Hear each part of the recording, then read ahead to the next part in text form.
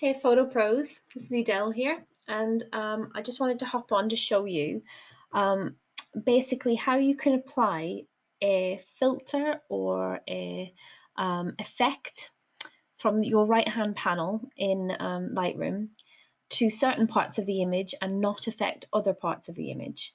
So say, for example, you want to tone down a certain color. Maybe it's too warm, maybe it's too cool, maybe it's too green or too magenta, and you want to even out that color balance. Or maybe you want to darken up a part of the image or brighten up a part of the image, but not affect other sections.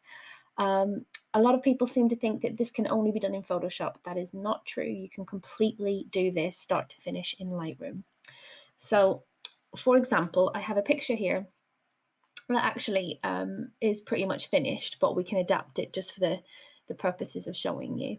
So, for example, say with this image, I wanted to, maybe I wanted to reduce the yellow and I wanted to change it to a slightly different color.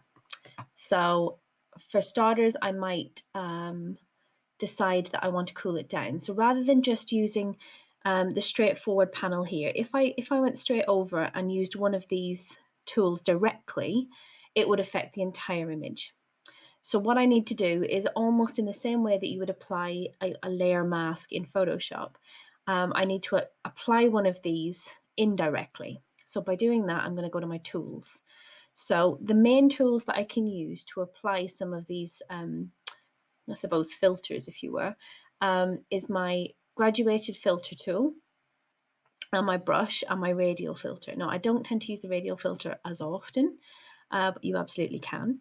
I'll try the graduated filter first just to show you that one. So if I click this and say I know that I want to add a little bit more green, and you won't see any effect just yet, and I want to add a little bit of blue. Now, even if it's not right, I'll be able to change it in a second. But what I'm going to do is left click and drag this graduated filter across.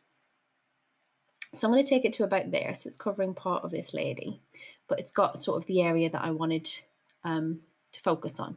The way a graduated filter works is the outer section, because it's split into two, the outer section will have the most effect up to this middle central point, and then it will start to blend out here, so it won't have as much effect over here. To make it a bit more exaggerated, I'm going to pull down my exposure. I'm going to drop my blues. I'm going to drop my greens, going to make it really cold. I'm going to up my contrast. I'll drop my highlights, and I'll drop my shadows a bit as well. So it's pretty extreme what I'm doing right now, just to, again, highlight it for you. So I'm going to move that over even just a little bit more so you can see that having an effect. So I can actually grab it by the middle and move it where I want. So if I move it to about there, in fact, for the purposes of showing you what I'm trying to show you, I'll move it a bit further.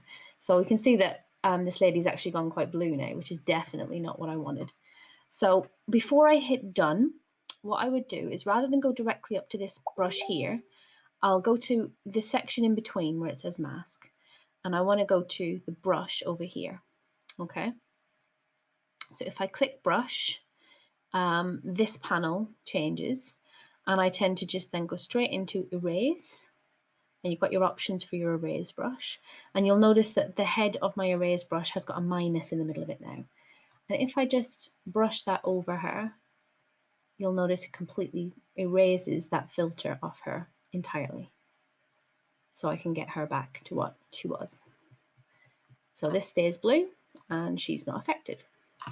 I could also, if I just hit done for that one now, and I don't like that actually at all. So if I just go back, I can go back through to my history and go to the edit that it was originally at. Say I want to make it, I don't know, a bit pink, right? I want to bring some more pink foliage into it. So, but this time I want to use my brush. So I'm going to click my main brush up here. I'm going to bring up my magenta considerably. I'm going to up my contrast as well. Now, depending on the size of my brush, if my brush is smaller size, it will just have one circle and it'll have a plus in, which will tell you that it's going to brush on an effect. If I make my brush bigger, just like the graduated filter, you'll end up with two circles inner circle will have the most filter applied, and the outer circle is more of a blending circle, so it won't have as much. So with this one, if I start brushing it onto the grass,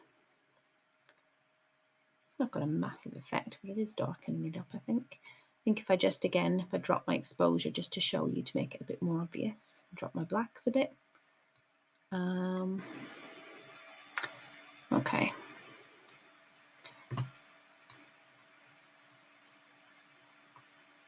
If I just brush that on, right up my magenta. Right, so if I'm getting close to the lady here and I'm brushing sort of around, darkening up the foliage, but say for example, oh whoops, I didn't pay close enough attention and she's actually now on the inner circle, which means her face is affected. All I need to do is go back over here. Now you'll notice, because I'm on brush already, I've got new and edit. So all I need to do is come straight down and go to erase. And then it will switch to my minus tool. I can just apply that. And it will just take that entirely off her, wherever I brush that on. If I hit Show Selected Mask Overlay, it will show you where the original brush applied it and where I'm taking it off. So I can see, for example, the original brush applied it on the grass. If I run that over, it will get rid of that red overlay. So I can see exactly where it's being applied and where it's not. So that's kind of it, really. You can very easily apply any filter from over here in this panel directly on here, and then remove it using the radial brush, or using it the erase brush. The radial brush, if I just hit done, and again go back to my original, very similar thing. Say this time I just want to change my exposure. Oh, I hit the wrong one. So say I just want to change my exposure, and I go to radial filter. Then I choose how I want my exposure. So I want to drop my exposure. I'm just going to go to the center here of where I want them. And if I pull that up to where I think it needs to be, it applies it everywhere outside of where they are. So again, if I think that's now too dark, I can bring it up to where I want it. I can add a bit of contrast. I can take some contrast away. I can make it a bit more matte by getting rid of some of the blacks. I could maybe dehaze it or add haze, whichever. And then again, just to make it a bit more extreme, I suppose. And then you get it done. And that's it. It will apply exactly what you need where you need it. So hopefully that has helped show how you can take off and reapply some of the filters, as they were, the tools here on the right hand side panel in Lightroom, just by using that little brush, not the top one up here, but depending on your tools, it's the tool erase brush that appears in between this panel. Okay, if you stayed with me, thanks for listening. Hope that helps. Let me know in the comments. Thanks. Bye.